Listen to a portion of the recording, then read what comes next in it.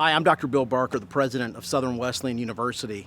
And in the aftermath of Hurricane Helene, we are so thankful to God that lives were spared here and we are safe and well. We know that for many folks around the country, particularly in western North Carolina and in northern Georgia, that is not the case. And our prayers continue to go out to them. In fact, from here at Southern Wesleyan University, we are preparing right now 2 student teams who are collecting supplies, medical supplies, food, other things that might be needed, necessities for the folks in North Carolina. We'll be sending out 2 mission teams shortly. And as we continue to pray for them, and we are so thankful that there was no loss of life here, there was substantial impact to our campus.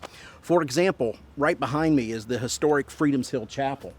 Founded in 1848 as the first abolitionist church in the South. One of the things that we can see here is the downed tree, but neither pro-slavery forces nor Hurricane Helene could bring down Freedoms Hill Chapel. We are so thankful to God that this tree just narrowly missed doing significant damage to the chapel.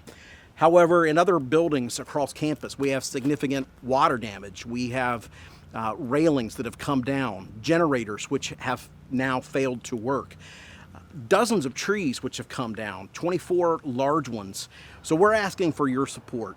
We're asking you to prayerfully consider a gift to Southern Wesleyan University to help us repair roofs, damaged buildings, air conditioning units, generators, and water damage that has happened to several of our buildings. Once again, so thankful that no lives lost, preparing to reach out to those in harder hit areas, but also asking for your support at this crucial time as we recover from Hurricane Helene. Thank you all so much, and God bless you.